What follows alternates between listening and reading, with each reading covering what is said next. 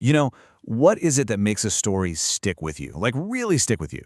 You might think it's some kind of complicated, secret magic that only a few people know. Well, today, we're going to pull back the curtain on a framework that is so simple, but it reveals this universal formula for telling stories that actually hit home. Let's dive in. Just think about the most powerful stories you've ever heard. Chances are they weren't the most complex. This line here, it's about one of history's greatest storytellers, Jesus. He didn't need a bunch of fancy words to talk about something as huge as love and forgiveness. Nope. He just used a simple, powerful image. And that's the whole key, really. The best stories tap into a clear, emotional core. And today, we're going to figure out exactly how to build one. So, here's our game plan. Think of it like a 4-part recipe. First, we'll get our mindset right with the power of simple stories. Then, we'll pick our path. After that, we'll build the actual blueprint. And finally, we'll find our voice and bring the whole thing to life. All right, first things first, let's start at the very beginning. Before we get into any of the how-tos, there's one single principle that holds up every great story you've ever loved: authenticity. Okay, if you remember just one thing from all of this, let it be this right here. Seriously, forget about trying to sound super smart or crafting the perfect sentence. The real power, the thing that makes people lean in, it comes from the story's truth. It just has to be real. Everything else we're about to talk about, it's just technique. This is the foundation. So, once you've committed to just being real, what's next? Well, every story needs a starting point, and that begins with making one of 3 really foundational choices about what kind of story you're even telling. Are you going to tell a personal story? Something that actually happened to you? Or maybe a fictional story? Something you make up to teach a lesson? Or how about an inspired story? Something based on an event you saw or something you read?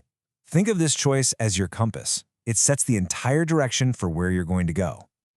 Okay, now we get to the really fun part, building the actual blueprint. We've picked our path, so let's get our hands dirty. It's time to move from the what to the how, gathering all the raw ingredients we need to assemble the skeleton of our story. Turns out, every great story needs these 4 core ingredients, no exceptions. First, you need a character who wants something. Second, you need a problem that gets in their way. Third, you need to show what the character does about it.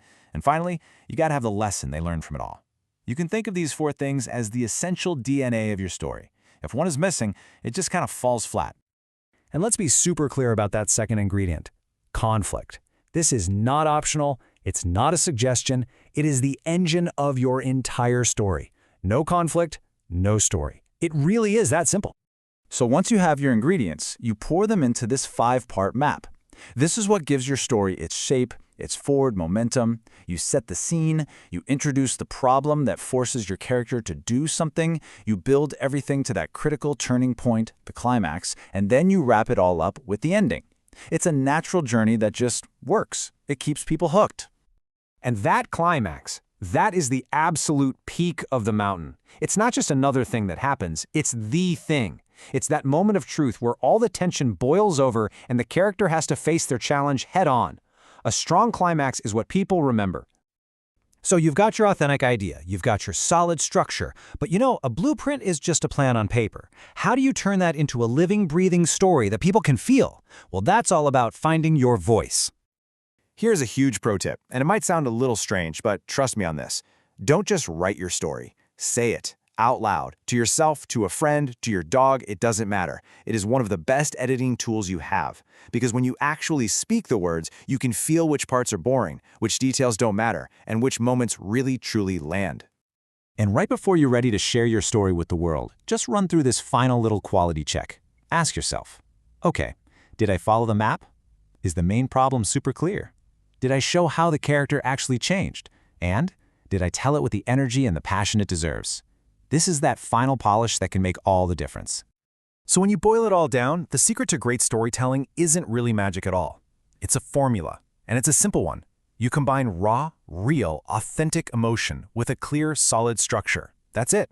When you put those 2 together, you get a story that connects, that resonates, and that actually moves people. So now this blueprint is yours. You have the tools, and that leaves us with one final and I think most important question.